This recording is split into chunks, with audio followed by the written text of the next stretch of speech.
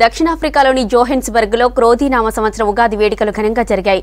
Consulate general of India, Andhra Pradesh association of south Africa ఆధ్వర్యంలో ఉగాది సంబరాలు నిర్వహించారు.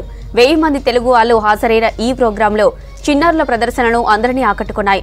బ్రెస్ట్ క్యాన్సర్ పై చేస్తున్న అవగాహన కార్యక్రమాలను వివరించారు కౌన్సిలేట్ జనరల్ ఆఫ్ ఇండియా అధ్యక్షుడు జయప్రకాష్ కొప్పురాజు. జూన్ 22న జరిగే యోగా దినోత్సవంలోనూ తెలుగువారంతా పాల్గొనాలన్నారు. ఉగాది పోటీలో విజేతలకు బహుమతులు అందజేశారు. దక్షిణాఫ్రికాలోని జోహెన్స్బర్గ్లో క్రోధీ నామ సంవత్సర ఉగాది వేడుకలు ఘనంగా జరిగాయి.